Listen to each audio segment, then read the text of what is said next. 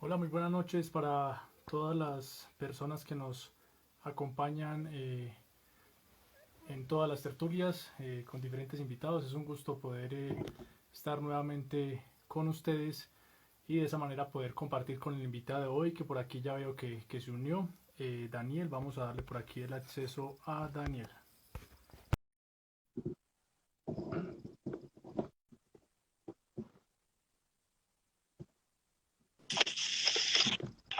Hola Daniel, ¿cómo está? Muchas gracias por haber aceptado estar aquí con nosotros el día de hoy. Bueno, un cordial saludo, Rigoberto. A ustedes muchas gracias por la invitación. Muy interesante estos espacios y que por supuesto se incentive un poco más la cultura. Gracias, Daniel. Ya me van a ir usted a echar polvo con la biblioteca, pues entonces, ahí con esa cantidad de libros y esa biblioteca tan hermosa que hay allá atrás, ¿no? Ah, muchas Bueno, Daniel, muchas gracias por estar aquí y bueno, qué bueno poder hablar hoy sobre la obra de Carlos Gaviria Díaz y de esa manera poder sacar de allí algunas reflexiones que nos permitirán entender cada día más, un poquito más, qué es esto llamado ser humano. Y bueno, para empezar voy a presentar el perfil de nuestro invitado del día de hoy. Él es Daniel Silva Orrego, nació en Pereira, Risaralda, se graduó de bachiller del Instituto Técnico Superior, estudió Derecho en la Universidad Libre. Desde la época como estudiante incursionó en importantes, como por ejemplo fue coautor de la demanda de pérdida de investidura en contra del entonces senador Carlos Enrique Soto. Igualmente, ha participado en importantes procesos que finiquitaron con la destitución de 6 concejales, un director de una corporación ambiental, logró que se decretara la nulidad del cobro de valorización de la ciudad de Pereira en la época del alcalde Enrique Vázquez. Daniel se especializó en Derecho de Tierras en la Universidad Externado de Colombia, casa de estudios en la que actualmente cursa una maestría en gestión pública y actualmente ejerce como diputado para el departamento de Risaralda para el periodo 2020 al 2023. Bueno, Daniel, tuvimos el privilegio de leer este libro en común. Yo paradójicamente el 31 de diciembre estaba leyendo las últimas páginas de este libro y bueno, qué bueno poder hablar de este libro. Entonces, sin más preámbulos, hablemos sobre Carlos Gaviria. Él nació el 8 de mayo de 1937 en Sopetrán, Antioquia, 12 días después del bombardeo de Guernica y pues allí es donde se inmacula también toda esta historia de Picasso y todo esto de la pintura, ¿no? Sobre este suceso. Y hablemos sobre el hereje, ¿no? Carlos Gaviria, hereje es una persona que vive sin dogmas, ¿no? Así lo diría textualmente o Ana Cristina Restrepo, la persona que escribió este libro en compañía de Santiago Pardo. Y dice una frase del libro, Daniel, que me llama la atención, que dice, defender la libertad y asumir el costo de hacerlo. Es la historia de un hereje en tierra de mojigatos. Y en cierta forma, Daniel, en su trayectoria, ha sido un hereje, sí, porque ha ido en contra de la política tradicional y en contra de todo aquello que está como el statu quo.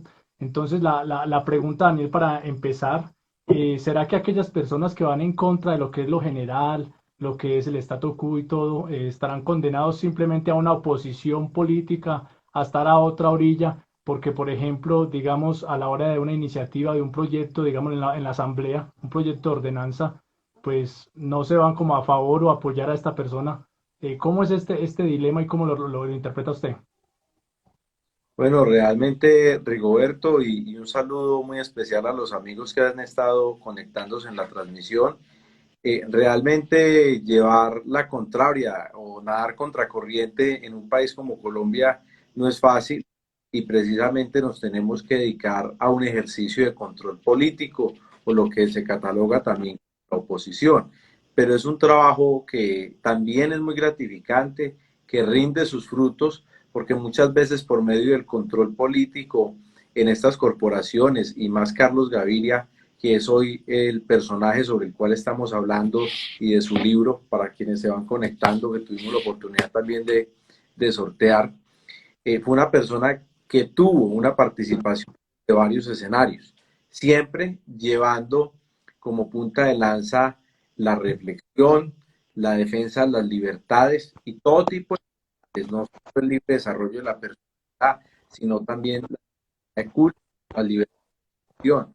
Entonces, realmente en su ejercicio magistrado, en su ejercicio como docente, años en la Universidad de Antioquia y adicionalmente como senador de la República, pues allí demostró cuál era su talante y nos dejó inmensas reflexiones, que es lo interesante del libro. Solo nos muestra un tema netamente judicial, netamente jurídico de su paso por la Corte Constitucional. Sí, el libro es muy sabroso leerlo porque nos deja ver esa persona y muchas veces cuando estos personajes alcanzan tanto reconocimiento, los ciudadanos terminamos subiéndolos como a una cúspide y olvidamos en muchas ocasiones que son ciudadanos de carne y hueso, que tienen una vida personal, tienen una vida social, tienen una vida familiar. Y eso es lo interesante del texto. Y por supuesto, contestando, redondeando un poco la respuesta, ese ejercicio de control político de ser un hereje, como algunos calificarían, y así se titula el libro, sí deja un trabajo grande, y no creo que estar condenado a ejercer esa labor, sino que muchas veces se tiene la oportunidad de ser gobierno, y siendo gobierno se plantean desde alternativas, políticas públicas que le pueden servir a la población. Qué bien, y por acá se conecta un amigo en común, el profe Lucho, ¿no? Quien nos dio clases en la Universidad Libre, me acuerdo de sistemas y las clases y demás, todo esto jurídico en sistemas Cátedra. jurídicos y demás. Por aquí está conectado y nos está saludando el viejo Lucho, como le decíamos con cariño. Bueno, Daniel, vamos a hablar un poquito acerca de la vida de cómo fue Carlos Gaviria, ¿no? Su papá era un funcionario de la alcaldía y la mamá era maestra, ¿sí? Ella daba clases en diferentes municipios y en zonas rurales como tal y por lo tanto ella muchas veces solamente se veía con su familia, con su hijo los fines de semana y y la abuela, dice Carlos Gaviria en este libro, que fue la que le enseñó a leer, que tenía una capacidad lingüística, una habilidad de pensamiento y que evidentemente fue una influencia muy positiva en la vida de Carlos Gaviria. Dice que él no aprendió a leer como los niños de una manera tradicional, una cartilla para niños, sino que él desde muy chico leía libros para adultos, como por ejemplo Príncipe y Mendigo de Mark Twain, y dice que en las noches la mamá y la abuela leían en voz alta para que los niños escucharan y demás. Entonces, uno cuando analiza esta vida de estas personas no es algo fortuito, ¿sí? Que sean mentes brillantes o que tengan esa capacidad de reflexión, sino que uno ve esa influencia de sus familias y demás. En el caso suyo, Daniel, cómo fue su infancia? ¿Cuáles fueron los libros que usted leía de jovencito? ¿Quién lo apadrinó? ¿Quién le dijo como, mire, lea estos libros? O cómo fue esto? Adicional, si tiene algo para acotar acerca de lo que acabé de hablar de Gaviria. Bueno, realmente mi infancia, yo soy nacido en Pereira, pero tuve la oportunidad de vivir en la infancia en otros municipios del país, como en el Quindío, como en el Valle del Cauca, y yo siempre tuve una infancia con mis abuelos paternos y deja muy marcado a uno esos primeros años de vida, a pesar de que mis abuelos paternos pues no tienen carreras profesionales, son personas que en su quehacer diario pues tuvieron la oportunidad de dejarle enseñanzas a uno. Yo creo que una de esas grandes enseñanzas es cuando los abuelos a uno debe estudiar para que usted sea alguien en la vida. Usted tiene la oportunidad que nuestros padres no nos dieron o que nuestra época no nos dio, porque hay que decirlo, a nuestros abuelos les tocó una época de violencia, una época de desplazamiento, una época de un país dividido en dos partidos. Hoy seguimos teniendo violencia, tenemos siguiendo masacres, desplazamientos forzados, amenazas a líderes sociales, pero en ese tiempo era algo marcado simplemente en dos partidos, el Partido Liberal y el Partido Conservador, y hacían volar de un municipio porque era liberal a todos los conservadores del pueblo, o en otro municipio donde eran conservadores hacían volar a todos los liberales. Entonces fueron unas épocas muy difíciles para nuestras familias, para nuestros antepasados, y a mí me ha marcado esa recomendación, ese consejo por parte de mis abuelos paternos, que era estudiar. Ya después la gran influencia la ejercen docentes que a uno lo van marcando no solo en la universidad, que son los docentes que uno muchas veces más recuerda, ¿no? Desde el mismo colegio, desde la primaria, universitaria, uno tiene que le van marcando a uno la vida. A mí siempre me ha gustado leer desde muy pequeño libros tienen relación con la historia. Me encanta leer la historia no solo nacional, sino también de mi ciudad, conocer los antepasados, cómo se forjó Pereira, cómo se forjó el departamento de Risaralda, porque eso nos va enseñando cosas y lo más importante, errores para no volverlos a cometer en el futuro inmediato y más cuando uno se encuentra en el ejercicio de lo público. Y eso es lo que vemos también en lo que fue este texto publicado en el 2020, donde se retrata pues, la vida de Carlos Gaviria, pero como les decía, no solo desde un punto de vista netamente jurídico, de cómo fue su paso por la Corte Constitucional, que de eso hay muchos textos, sino que este libro, que se titula El hereje, principalmente porque Carlos Gaviria siempre se caracterizó por nadar contra la corriente, pues lo que hace es mostrarnos esa faceta más profesional, como lo venía diciendo Roberto, pues él es hijo de una maestra, es hijo de un funcionario de la alcaldía, nacido en un municipio de Antioquia como Sopetrán, tierras antioqueñas muy conservadoras, y nace una persona como Carlos Gaviria, que siempre fue un defensor, como le decíamos ahora, de muchas libertades y un libre pensador y un demócrata en toda la extensión de la palabra. Bueno, Dani, y sigamos hablando sobre los antecedentes de Gaviria y todo esto, esta partecita allí donde de Gaviria acerca del suicidio del papá y estas otras puntos tan importantes. Bueno, hay algo que marca la vida de Carlos Gaviria y es, por ejemplo, un tema que uno desconocía, a pesar de que dado la historia, su paso por la Universidad de Antioquia como docente, su exilio, porque fue una persona también amenazada y que tuvo que someterse al exilio, pues efectivamente cuando Carlos Gaviria tenía 7 años de edad, pues su padre se suicidó. Eso lógicamente a un niño de esta edad pues lo marca, tanto así que él en algún momento quiso ser médico psiquiatra, y su familia le apunta esa intención en un principio de ser médico psiquiatra y no abogado, precisamente a ese hecho lamentable del suicidio de su señor padre. Pero finalmente se termina inclinando por estudiar Derecho. Primero tuvo la oportunidad, por ser una persona pues brillante y becada, de entrar a la Universidad Pontificia Bolivariana, pero precisamente por esos ideales de liberal, pues decide entrar a una universidad pública, un claustro público como es la Universidad de Antioquia, y allí se forma finalmente en su carrera de Derecho Carlos Gaviria. Y me llama la atención lo que usted dice, Daniel, que él dijo como no, yo quiero estudiar ser médico psiquiatra y de pronto por esos antecedentes de suicidio del papá, ¿no? Que era una persona que en su momento había perdido un ojo, una pierna y se estaba convirtiendo en una carga para la familia, o eso pensaba él, entonces prefirió coger un arma y dispararse y mejor quitarse la vida porque él dijo, no, pues yo soy una carga para estas personas. Y me llama la atención entonces como, bueno, si quería ser médico, psiquiatra, entonces ¿por qué terminó estudiando Derecho?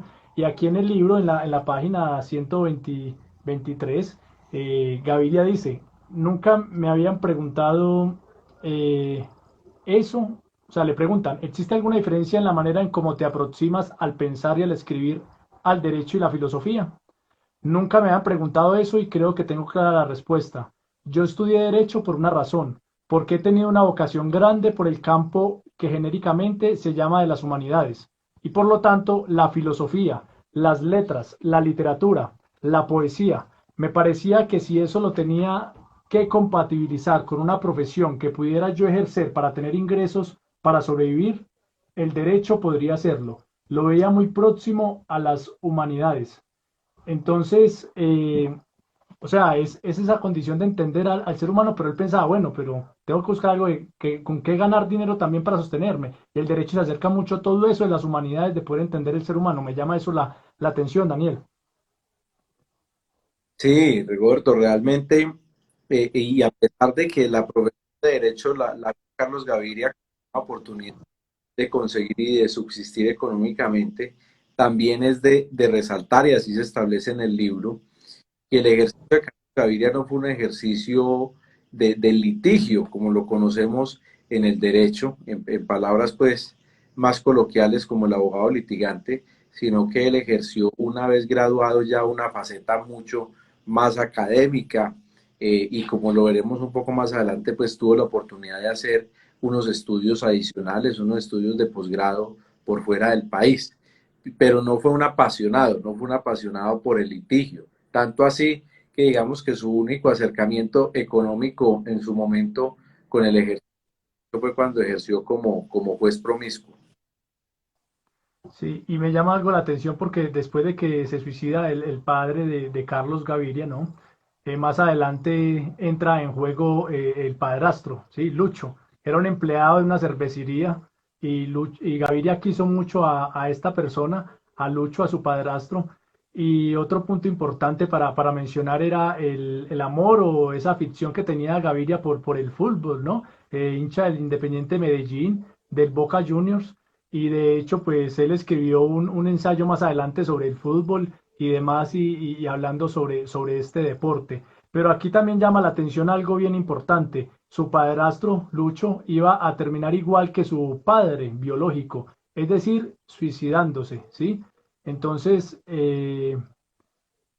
acá recordé algo, Daniel, confundí, ¿sí? Quien perdió la pierna y el ojo fue Lucho, el padrastro, que estaba enfermo. El papá de Gaviria sí estaba súper bien y demás, y simplemente se cogió y se pegó el tiro, ¿no? Pero Lucho sí es el que había perdido el ojo y la pierna, y pues imagínense, ya dos suicidios en la familia que Gaviria tenía que soportar o vivir como ser humano. Y algo bien importante es que Gaviria creció en una fe católica, ¿sí? Incluso de niño él rezaba y juntaba las manos y demás nos relatan en el libro y arrodillado y demás, pero más adelante él se volvería agnóstico y ¿qué quiere decir? Él decía como, mire, yo no tengo la certeza de que Dios existe o que no existe, entonces simplemente me hago como a un lado y en palabras textuales, él dice lo siguiente en cuanto a esto.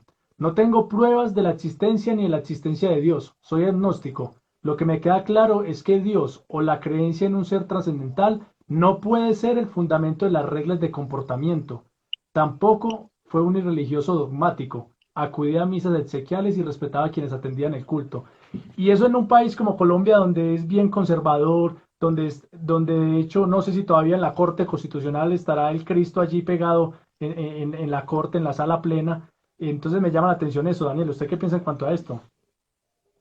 Bueno, algo de destacar de Carlos Gaviria fue precisamente ese respeto y como lo decíamos ahora, la defensa de libertades y todo tipo de libertades y entre ellas, por supuesto, la libertad.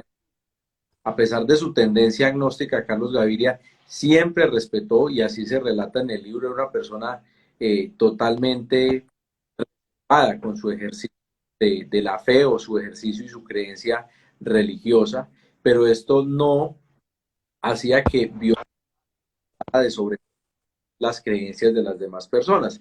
Y efectivamente eso lo hace realmente un demócrata y lo vemos en sus sentencias de la Corte Constitucional, en sus 8 años que estuvo Carlos Gaviria en la Corte Constitucional, pues siempre fue un defensor de esa libertad de cultos. Y algo muy importante también, que era el ejercicio por parte del aparato estatal de respetar postulados de del año 1991, y es que Colombia es un estado laico, donde todas las religiones deben de tener igualdad de garantías y como estado, como recaudador de impuestos, como ejecutor del presupuesto público, no puede tener preferencia por una religión en concreto. Y yo creo que con el paso de los años, Colombia ha tenido un afianzamiento de todas estas tendencias y creencias religiosas que son válidas en nuestro país y que debemos de respetarlas, pero que en los años 90, en los años 80, donde Carlos Gaviria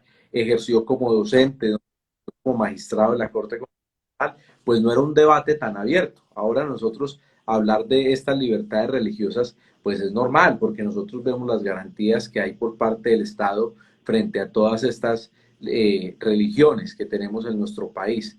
Pero en esa época era casi que un hereje, por eso el nombre del libro, porque con esta vida que relata de Carlos Gaviria vemos varios capítulos de su vida, varias anécdotas donde uno dice realmente si era una persona que iba contra el establecimiento y contra esas reglas que dan por sentadas. Entonces, hoy en Colombia vemos la validez de esas ideas que él planteó desde las aulas en la Universidad de Antioquia como docente universitario, pero que también tuvo la oportunidad de establecer en sus sentencias cuando tuvo su paso por la Corte Constitucional.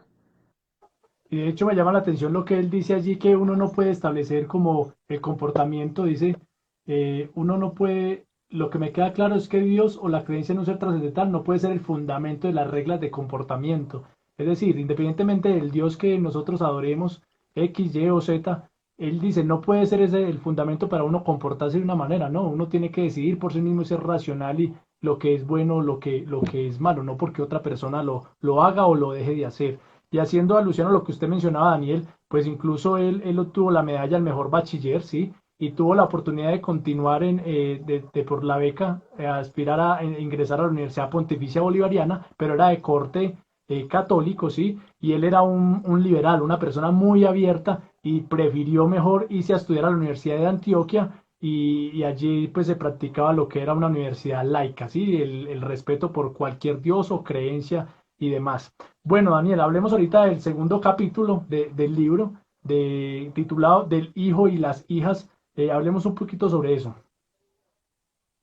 Bueno, en el segundo capítulo del libro ya se cuenta un poco cuál es esa etapa de la formación académica de Carlos Gaviria. Es una persona que se gradúa como abogado a sus 29 años, en el año 1966.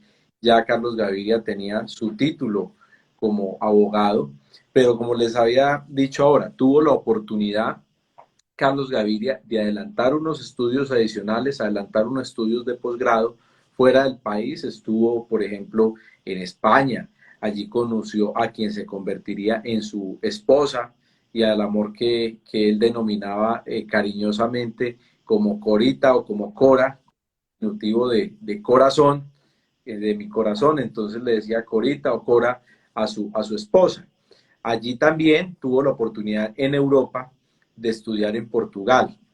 Y una vez regresó a Colombia, tuvo la oportunidad ya de regresar casado, de regresar con su esposa, con los hijos que fueron naciendo de ese matrimonio, en total fueron tres, pues tuvo la oportunidad de ir a estudiar a Harvard, por supuesto becado, como hizo muchos de estos estudios de posgrado y el mismo pregrado, y esto marca también la vida de Carlos Gaviria, porque es salirse un poco de esa Colombia del siglo XX, de esa Colombia todavía regida por la Constitución de 1886, una constitución ultraconservadora, donde tuvimos gobiernos alternos como los del Frente Nacional, que simplemente fue una repartija del poder entre los dos partidos tradicionales de la época, ese bipartidismo que todavía quedan algunas secuelas en nuestro país.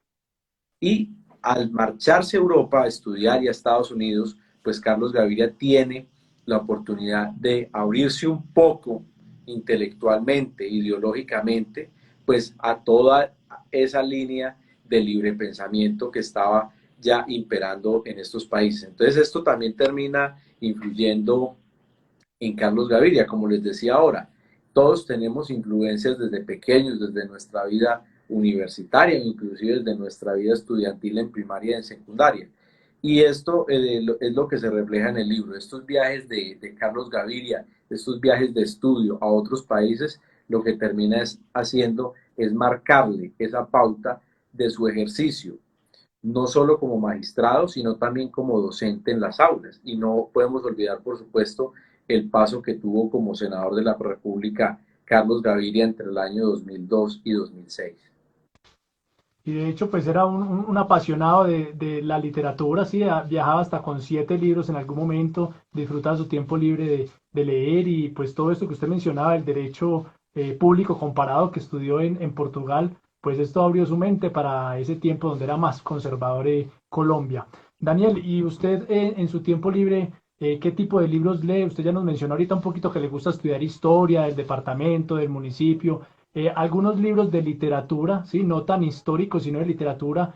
Sabemos que a Gaviria en su momento de niño leía Príncipe y Mendigo de Mark Twain, algunos libros de literatura que usted le hayan marcado en la juventud o que usted diga, mire, me impresionan estos libros o yo tengo gran aprecio por tal libro de literatura, de tal escritor. Bueno, de literatura me gustan mucho los textos de José Saramago, y yo creo que también la invitación que nos hace este autor a la reflexión constante. Me encanta el libro Ensayo sobre la ceguera, Ensayo sobre la lucidez, El viaje del elefante, El hombre duplicado. Entonces, me gusta como autor porque cuenta, digamos, historias, pero si uno hace la análisis de estos textos, lo que nos quiere dejar como mensaje también es lo que vivimos en pleno siglo XXI. Por ejemplo, Ensayo sobre la lucidez es ese texto donde se narra una época de elecciones en una ciudad y finalmente termina ganando el voto en blanco. Y el gobierno, que es el establecimiento, el statu quo, pues empieza a buscar de todas las maneras, de todos los mecanismos, cómo esos ciudadanos, en ese texto, repito, Ensayo sobre la lucidez, pues fueron influenciados para que votaran de manera masiva en blanco y rechazaran a todos esos candidatos de los partidos tradicionales. Entonces, son unos textos bastante interesantes, también como Ensayo sobre la ceguera, también cuando todas estas personas, y se asemeja un poco a la época que vivimos actualmente con esta pandemia, porque es una patología rara que empieza a suceder también en un país, y es que todos empiezan a quedarse ciegos. Entonces, son textos que lo hacen reflexionar a uno. Entonces, aparte de pronto de lo jurídico que uno termina leyendo, actualizándose sobre esa parte histórica, me gustan mucho los textos de José Saramago y por supuesto de nuestro Nobel también, El amor en los tiempos del cólera es un texto muy bello. Y adicionalmente tengo la pasión y creo como como catalizador de ideas y de posturas, leer también biografías de todo tipo de personajes históricos, no solo de personas que se identifiquen con mi línea ideológica, sino también con personas que están en la otra orilla ideológica, porque como se dice coloquialmente, uno en estas orillas políticas no puede terminar viéndose solo el ombligo, es decir, leyendo solo las personas con las que uno coincide, sino también leer a los contradictores ideológicos, pues, para poder conocer de ellos, para poder confrontarlos con ideas. Entonces, esa también es una de las pasiones que tengo en mis tiempos libres, que muchas veces por las obligaciones académicas, en las obligaciones en la asamblea, pues no tiene uno tanto el espacio para leer como quisiera hacerlo. Y usted, Daniel, me hizo recordar ahorita citando al premio Nobel portugués José Saramago, por aquí un compañero que está en esta charla con nosotros dice, hace algunos días terminé de leer Ensayo sobre la sequera y recuerdo que usted mencionaba, yo crecí con mis abuelos y ellos no fueron profesionales, sí, o sea, académicamente, y recuerdo esa frase de José Saramago donde él dice, las personas más inteligentes que yo he conocido han sido mis abuelos. O sea, las personas más sabias, ¿sí? Porque normalmente se tiende a pensar que son aquellos que tienen títulos académicos sobre títulos académicos y que un premio Nobel de literatura diga eso, como las personas más sabias, ¿sí? Que es muy por encima de la inteligencia, es otra concepción como tal de ser humano, él diga eso. Y también recordé que en estos días escuché postcats, es que se llama eso. Los que no hablamos inglés, ¿cómo es que le llaman a eso? Sí, sí, sí, coincidimos en lo Sí, mismo para el inglés, pero sí, los podcasts, sí. eso, exacto. Entonces, yo acá siempre cuando me toca hablar palabras en inglés, esto acá se vuelve stand-up comedy y de todo y comedia y demás, Daniel. Entonces escuchaba a Diana Uribe y ella recomendaba unos libros en tiempos de pandemia y precisamente ese era uno de los libros que recomendaba. Ensayos sobre la ceguera, citaba de Cameron, La peste de Camus y bueno, varios otros libros. Listo, Daniel, sigamos hablando sobre Carlos Gaviria y llegamos a una época donde él tiene tres hijas y un hijo, ¿sí? Serían tres mujeres, ¿sí? Y un hijo. Es así, ¿cierto? Tres hijas, son cuatro en total. Y, eh, y hay una anécdota donde dice que él era mal conductor, ¿sí? Y se subía a la línea y bajó la línea en tercera y que aprendió a manejar viejo ya a los 30 años y que la esposa y los hijos eran pues como apretando dientes en el carro porque el hombre manejaba súper mal, pero que él creía que manejaba muy bien. Ahora, los hijos estudiaron, era en un colegio liberal, ¿sí? Vivían en barrios diferentes a los de los ricos. El único lujo, entre comillas, que se daban era estudiar en un colegio bueno, en el colegio alemán, y se daban gustos como música, teatro, y todo esto era para ellos pues como una parte importante. Ahora, Daniel, cuando uno habla de las biografías se tiende a idealizar a los personajes, pero no, me encantan las biografías donde habla de los seres humanos como son, ¿sí? Lo bueno y lo malo. Y aquí se habla un poquito sobre ese tinte machista que tenía Gaviria, que no lavaba los platos, no ayudaba a hacer oficio, y entonces el hijo también, entre las hermanas, decía, no, si mi papá no lo hace, yo por qué lo voy a hacer. Entonces me llama también la atención eso de que se hable de las cosas imperfectas, porque no deja de ser un ser humano común y corriente. Y del amor que este tenía por sus libros, cuando él falleció, más de 5.000 libros se donaron a la Universidad de Antioquia, y en esta época coincide con la muerte de su gran amigo Daniel, de Héctor Abad Gómez, en 1987, y es allí donde le toca a Gaviria exiliarse, porque él decía, pues yo además que también estoy en esa lista de líderes sociales, de gente que lucha por los derechos humanos, y él pasa allí a estar un tiempo en Argentina, y él menciona que el modelo pensador y personaje histórico con el cual él se identifica y quisiera ser o emular en su vida es Sócrates, ¿sí?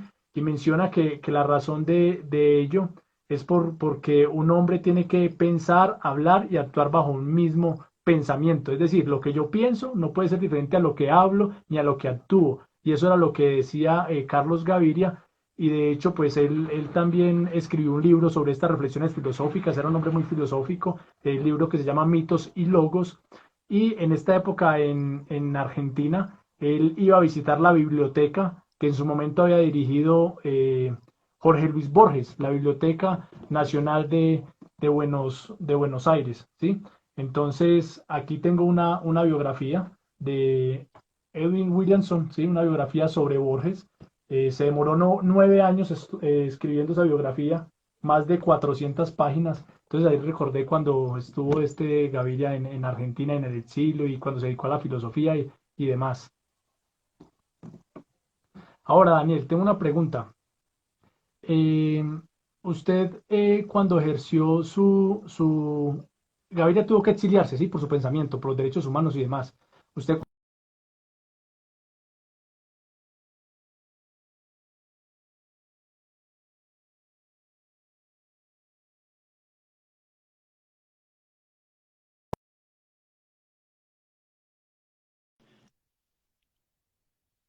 Daniel, ¿me alcanzó a escuchar hasta qué parte? Ahí estamos. Que le iba a hacer la pregunta allí a Daniel. Vamos a ver si por acá ya.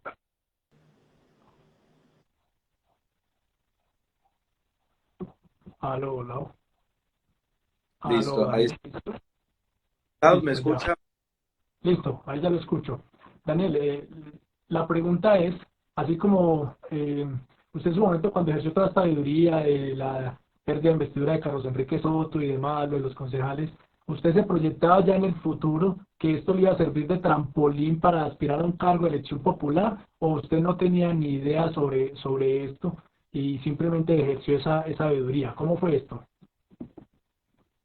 Bueno, realmente todo ese trabajo lo empecé siendo derecho, como muchas personas lo acá en Pereira, y no fue con ningún político, porque realmente a mí me ha apasionado el ejercicio del derecho, me ha apasionado la veeduría ciudadana, me ha apasionado el litigio, lo sigo haciendo. ¿Se escucha bien? Sí, ahí lo estoy escuchando, sí, se está escuchando. Bueno, entonces siempre me ha apasionado el ejercicio del derecho en todas sus modalidades, académicamente, catedráticamente y en el litigio que hoy lo sigo ejerciendo. Tanto así que yo tuve la oportunidad de ofertas de lanzarme a un cargo de elección popular desde el año 2016, desde las anteriores elecciones locales, y mi finalidad era derecho y ejercer el litigio. Ya finalmente la culmino en el 2017, culmino las materias, me gradúo en el 2018 de la universidad. Y debido a ya todos los resultados judiciales que se habían acumulado y al trabajo que empezó a hacerse en otros municipios, porque no solo fue en el municipio de Pereira, sino que en municipios como Santa Rosa de Cabal, la gente empezó a denunciarnos irregularidades. Allá dimos la pelea de las zonas azules, dimos las peleas de las fotomultas, también estuvimos en Dos Quebradas con varios casos de corrupción. Entonces ya la gente nuevamente se dieron estas postulaciones por parte de la ciudadanía, tanto así que terminó aspirando a la asamblea del departamento, que mucha gente preguntaba por qué a la asamblea y no al consejo de Pereira, y fue precisamente porque en los otros municipios se pudo empezar a hacer un trabajo de veeduría allí también. Pero mi ejercicio fue totalmente académico y de litigio, porque me ha gustado y hoy lo sigo ejerciendo mi carrera como abogado. Y en el año 2019 resulta pues esta propuesta, más o menos faltando 10 meses para las elecciones, y pues me aventuro a aspirar a la asamblea del departamento, porque como les contaba un principio de esta transmisión, no es fácil participar en política en Colombia desde unas orillas tan diferentes a los partidos tradicionales, tan diferentes a las famosas maquinarias, tan diferentes a hacer uno la política sin jefes y sin financiación extraña, como ocurre en algunos partidos, con algunos candidatos, y esto es lo que termina dejando en entredicho la imparcialidad de estos candidatos cuando ya se convierten en mandatarios, en concejales, en diputados. Eso también llevó mucho a pensar en la candidatura porque no era una pelea electoral y no iba a ser tan una pelea, una contienda en igualdad, porque acá en Colombia hacen la política de plata. Lo que se logró realmente fue una campaña muy interesante en la calle con la gente, repartiendo los volantes, llevando el mensaje voz a voz y visitando los municipios del departamento, porque en todos los municipios del departamento hay votos de opinión, hay votos de forma, tiene cansada con los mismos, con las mismas, y que mantiene harta con la corrupción.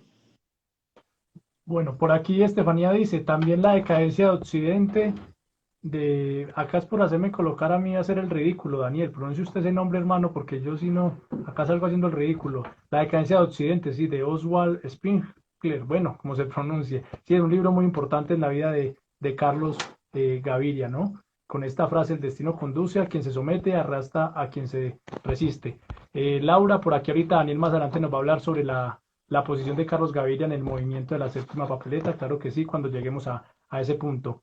Daniel, sigamos hablando sobre Carlos Gaviria y cómo fue esta anécdota con el hijo, ¿no? Como cuéntenos un poquito sobre esto de esta historia del libro. Sí, precisamente como Carlos Gaviria veía el derecho más como un ejercicio de contemplación, más que en un ejercicio de la práctica, como lo mencionábamos ahora, pues no quería que su hijo estudiara derecho, y por eso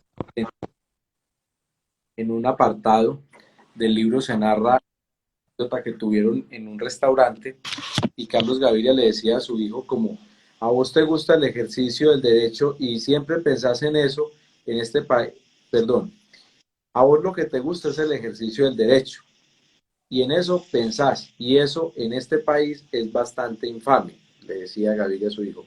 Aquí la lógica de los argumentos no es lo que prevalece. Esa fue una de las expresiones que le quedó grabado al hijo de Carlos Gaviria cuando su padre de alguna manera u otra se oponía a que estudiara derecho, pero finalmente tomó la decisión de hacerlo, y pues hoy también ejerce ya de manera libre y de manera litigiosa su carrera. Pero es bien particular ver cómo Carlos Gaviria pues le plantea esto a su hijo cuando él tuvo la oportunidad de estudiar, cuando precisamente pensaba en su infancia ser médico psiquiatra y se inclina finalmente por la carrera de derecho. Daniel, y me llama la atención algo aquí, y es, por ejemplo, que su abuelo, sí, su abuelo paterno y padre querían que usted estudiara medicina o ingeniería de petróleos. y pues usted ya desde el Instituto Técnico Superior, usted ya había sido representante de los estudiantes ante el Consejo Directivo y demás, ya venía siendo pues como una voz, ¿sí? De los que no tienen voz, como diría Eduardo Galeano, ¿sí? Y usted no, se decide por estudiar Derecho, y yo siempre he pensado en algo cuando yo escuchaba todas estas noticias de la pérdida de investidura de Carlos Enrique Soto, lo de los concejales y demás, las amenazas que usted recibió, en algún momento lo veía por la calle con escoltas y demás. Y yo pensaba, bueno, Daniel, en este país asesinar a alguien no es nada complicado, ¿sí? Y de hecho así personas que tienen esquemas de seguridad mucho más amplios y demás, yo pensaba, bueno, ¿qué pasará por la cabeza de Daniel, sí? Porque la familia, la mamá, el papá, o sea, no se puede proteger a todo el mundo. Entonces, cuéntenos cómo fue esa experiencia y por qué piensa usted o sea, cómo pasó todo esto, porque debe ser algo muy estresante, muy depresivo y pensar en la familia y sin embargo seguir adelante con la convicción que se tiene. Sí, es una decisión difícil. Uno lo primero que piensa es en la integridad de sus familiares, de sus personas más queridas y de sus personas más allegadas. Pero yo siempre tengo una anécdota para contar y era lo que mi papá les decía a los compañeros. Mi papá ha sido docente y los compañeros de mi papá, los docentes en el colegio, le decían, hombre Hugo, ¿usted no le da miedo que le pase algo a su hijo? ¿Usted por qué no habla con ese muchacho? Y le dice que deje de demandar y que deje de destapar tantas ollas y no sé qué. Entonces, mi papá les contesta, y les contestaba en ese tiempo, algo que siempre me va a quedar pues grabado. Mi papá le decía a los compañeros, yo prefiero que Daniel haga ese tipo de ejercicio ciudadano, de ejercicio como veedor ciudadano y de denunciante, así corra un riesgo a verlo antes, por el contrario, amangualado con toda esa gente que él denuncia y que en algún día termine detenido o en un problema judicial. Entonces esa respuesta que le da mi papá a esos compañeros, a esos miedos que son apenas lógicos, siempre me va a marcar. Y es algo totalmente cierto, porque muchas personas tienden a tener esa posición del temor y mejor quedémonos callados y no hagamos las cosas así. Y por eso es que termina triunfando la corrupción, triunfando el mal gobierno, triunfando el desgreño administrativo en las entidades públicas, porque las personas de bien, que somos la mayoría del país, pues terminan muchas veces apabulladas por los corruptos. Entonces, sí fue una decisión difícil continuar, por supuesto, uno siempre tiene el temor, uno siempre tiene el miedo, y esa pregunta también me lo han hecho los periodistas, y me dicen, es que usted no siente miedo, usted perdió el miedo. Yo le digo a la gente, no es que uno pierda el miedo, no tenga miedo, uno aprende a convivir con él, que es diferente, aprende a controlarlo. Y yo creo que ese ha sido un ejercicio que me ha tocado venir sorteando desde el año 2016, desde el año en que empecé a tener las primeras amenazas que me hicieron cambiar 2 veces de domicilio acá en el departamento de Risaralda. Entonces, realmente cuando se ha recibido este tipo de amenazas, también las he recibido en el sentido de tomarlas como un mensaje de que estamos navegando en la dirección adecuada. Entonces, si uno no estuviera teniendo unos efectos contra esos casos de corrupción, ni destapando esas ollas podridas de la corrupción, pues simplemente a uno no lo amenazarían porque no lo verían como un peligro. Pero cuando acuden a este tipo de mecanismos es porque efectivamente uno está alumbrando con la linterna y está enfocando la corrupción en la dirección adecuada. Entonces, de eso no me arrepiento y antes, por el contrario, en ningún momento sentí por parte de mi familia como algún tipo de presión para que dejara de ejercer esa sabiduría, sino por el contrario, han sido respetuosos y me han respaldado en ese tipo de decisiones. Y eso también ha sido algo importante, que uno sienta ese respaldo familiar para poder seguir con la cabeza en alto y seguir dando esas batallas que muchas veces, por supuesto, no son para nada fáciles. Y son rasgos comunes, como lo dice acá Lucho, ¿no? Como rasgos comunes, Carlos Gaviria en el momento se tuvo que exiliar, Héctor Abad Gómez, su gran amigo de Carlos Gaviria, pues tuvo que sacrificar su vida o dio su vida en pro de eso. Y son rasgos que que van como implícitos con la valentía de poder marcar la diferencia. Y yo pensaba, Daniel, es que tiene que haber una veeduría, o sea, debería ser como lo normal, debería ser lo común, ¿sí? Entonces, ¿cómo fue eso? O sea, ustedes escogieron al azar, usted con estos otros dos coautores de la pérdida de investidura de la demanda, escogieron al azar a los congresistas, a Carlos Enrique, o ustedes les dijeron, mire, el hijo de, el hijastro o el hijo de la compañera de Carlos Enrique se va a estudiar y supuestamente está inscrito en la UTL y no está cumpliendo con sus funciones y el senador le firma para que le paguen. ¿Cómo fue eso? O sea, eso no es tan sencillo de que venga yo ya voy y demando, ¿no? Eso es una labor de investigación, de estudiar. ¿Ustedes escogieron al azar para hacer una veeduría en cuanto a algunos congresistas y demás o cómo fue esto? Bueno, la historia de todos estos procesos de demanda inicia con el famoso cobro de valorización, del impuesto de valorización en el año 2013, que fue una pelea también de largo aliento con la ciudadanía, con movilización social, con movilización pacífica, donde tuvo la oportunidad de dar su rechazo a este impuesto de valorización. De ahí derivó el interés por parte mía de investigar a esos concejales que a pupitrazo habían aprobado el impuesto de valorización. Y adicionalmente, pues había un jefe político de todos estos concejales, pues que para esa época era el senador Carlos Enrique Soto. Y realmente fue una tarea de investigación frente a él, porque la ciudadanía risaraldense ya estaba mamada de toda esa hegemonía, de todos esos escándalos, de toda esa corrupción, y se empieza la tarea de investigación de cómo había sido su ejercicio en el Congreso de la República. Entonces empezamos a solicitar información de quiénes eran su grupo de asesores, lo que se conoce como la Unidad de Trabajo Legislativo, o UTL por sus siglas, y encontramos pues allí que estaba el hijastro, el hijo de su pareja sentimental de la época, y pues ya empezamos a detectar que, que allí había unas irregularidades porque era una persona que estudiaba dos carreras en jornada diurna en una universidad pues de Bogotá, y adicionalmente empezamos a pedir sus periodos de vacaciones, sus licencias, y empezamos a detectar que había salido del país sin que esas salidas coincidieran en épocas vacacionales, lo que decía que para las épocas en que salió del país de paseo, porque logramos demostrarle con pruebas al Consejo de Estado que mientras tenía que estar laborando en el Congreso de la República, pues estaba haciendo muñecos de nieve en Canadá y tomándose fotos en el de Panamá. Entonces eso es una labor investigativa bastante interesante, a pesar que nunca he sentido mucho apasionamiento por el derecho penal, siempre me ha gustado la tarea de investigación.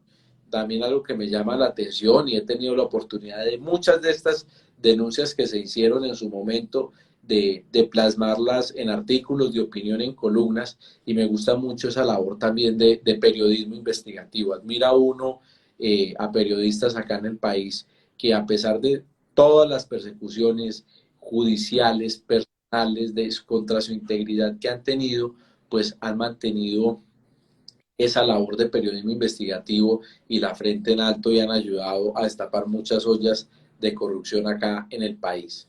Entonces, esa fue pues la historia a grandes rasgos de cómo se obtuvo la información frente al caso de Soto. Bueno, entonces, muy bien, cerremos este paréntesis allí y continuemos con Carlos Gaviria. Era un amante de los libros, ¿sí? Y allí en el libro dice, eran tantos los libros que compraba que los dejaba en la oficina a manera de depósito. Me acuerdo mucho cuando compró un libro que valía toda la plata del mundo y él se moría del pavor de llevarlo a la casa porque se daban cuenta de que en eso se gastaba la plata. Entonces, eh, él tenía una concepción como Jorge Luis Borges, ¿sí? Una literatura o una corriente filosófica que es el hedonismo, ¿sí? Y era leer lo que a uno le guste, lo que le proporcione felicidad, placer, y no porque toca leerlo, porque es una lectura obligatoria. Pero al igual que Jorge Luis Borges, Gaviria, ¿sí? En algún momento recibió un correo electrónico de su médico diciéndole que probablemente en un futuro no podría leer, ¿sí? Esto fue el 5 de diciembre de 2014. Gaviria tendría 77 años, ¿sí? Estaría cerca ya a poder a fallecer. Imagínese recibir un correo electrónico, Daniel, de las personas que amamos la literatura, ¿sí? Donde diga, como usted no va a poder leer más adelante. Y al igual que Jorge Luis Borges en su momento él escribió un poema haciendo alusión a esto, a su ceguera, y en este libro él dice, yo siempre, poco a poco fui comprendiendo la extraña ironía de los hechos. Yo siempre me había imaginado el paraíso bajo la especie de una biblioteca. Ahí estaba yo. Era de algún modo el centro de 900.000 volúmenes en diversos idiomas, cuando era director de la Biblioteca Nacional de Buenos Aires, donde estuvo Gaviria en su exilio. Dice, comprobé que apenas podía descifrar las carátulas y los lomos. Entonces escribí el poema Los Dones. Nadie rebaja a lágrima o reproche esta declaración de la maestría de Dios, que con magnífica ironía me dio a la vez los libros y la noche, y esa noche refiriéndose a la ceguera. Bueno, Daniel, eh, hablemos ahorita acerca del tercer capítulo, ¿sí? De este título, de este tercer capítulo titulado Del Espíritu, entre comillas, entre paréntesis, no santo. Hablemos un poquito de esta etapa. Bueno, ahí se narra en este tercer capítulo del libro, recordarle a los amigos de la transmisión que nos acompañan, que estén interesados, es este texto, lo pueden conseguir en varias librerías acá en la ciudad de Pereira, la pueden conseguir en la Librería Nacional en Unicentro o también en el Centro Cultural, en el Centro Comercial Plazuela, que queda en toda la calle 19 entre Quinta y Sexta, en Centro Cultural o en Día Nacional en Unicentro, o también pues por la web. Acá en el tercer capítulo del libro narran cómo era la experiencia de Carlos Gaviria como docente en la Universidad de Antioquia, cómo era de estricto cuando recibía a sus estudiantes, a lo que se conoce y califican algunos como primíparos, en su asignatura de introducción al derecho, que a nosotros nos toca ver en nuestro primer año cuando es carrera anualizada o en primer semestre para las carreras que tienen pues los programas de derecho semestralizados. Y se caracterizaba por lo puntual, por lo estricto, pero también porque era muy contundente en sus intervenciones Carlos Gaviria.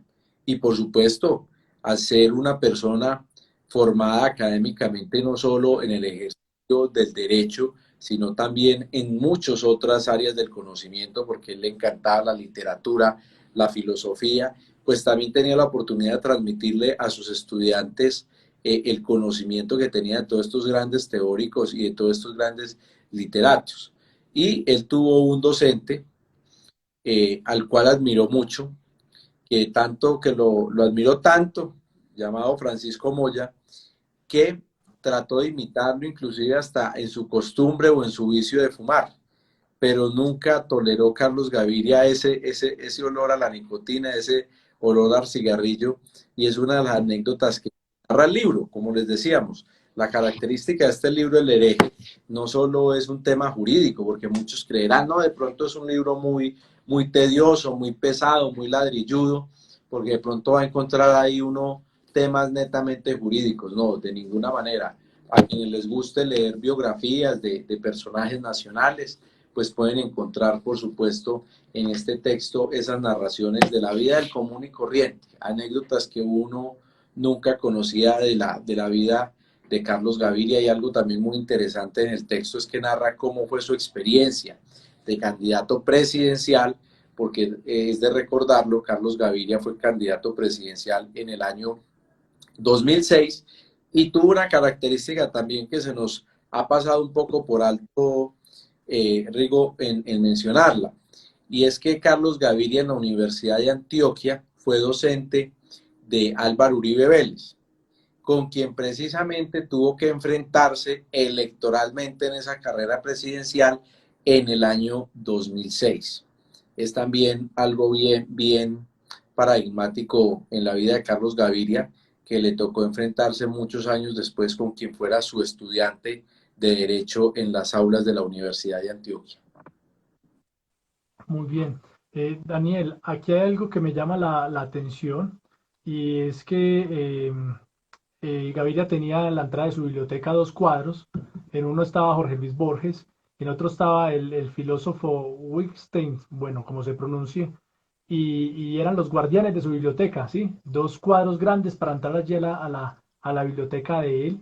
Y precisamente este filósofo Wittgenstein era por lo que enseñaba acerca de la conducta moral, ¿sí? De lo que es bueno y lo que es malo. Y Gaviria decía, es que eso no se lo resuelve a uno nadie, ¿sí? Los problemas de matemáticas, de física, se los resuelven otras personas a uno, pero lo que tiene que ver con la conducta moral, con lo que es bueno, con lo que es malo, pues eso solamente lo resuelve uno y uno es el que tiene que tomar posición en cuanto a eso. Entonces, me llama mucho la atención de esto. Ahora, Daniel, si usted tuviera que elegir como dos cuadros para la entrada de su biblioteca, de todo este arte del conocimiento, la literatura y demás, como cuáles serían algunos dos referentes que a usted se le vienen como a la mente, así que usted diga como, mire, me gustan mucho estos pensamientos de estos escritores y demás. Bueno, yo considero que hay muchos personajes históricos, nacionales e internacionales, a los cuales uno admira. Por ejemplo, uno de ellos en materia política, que siempre nos va a dar ejemplo a quienes apenas estamos iniciando o también a quienes ya llevan muchos años en ese ejercicio de lo público. Y es Pepe Mujica, expresidente de Uruguay. Es una persona que nos da ejemplo desde todo punto de vista, desde la forma de ser, desde la claridad y la humildad que siempre hay que tener a pesar de los puestos y de los cargos. Yo siempre he dicho que este tipo de cargos son pasajeros, estos cargos de elección popular, uno se mantiene en ellos mientras esté con el apoyo popular.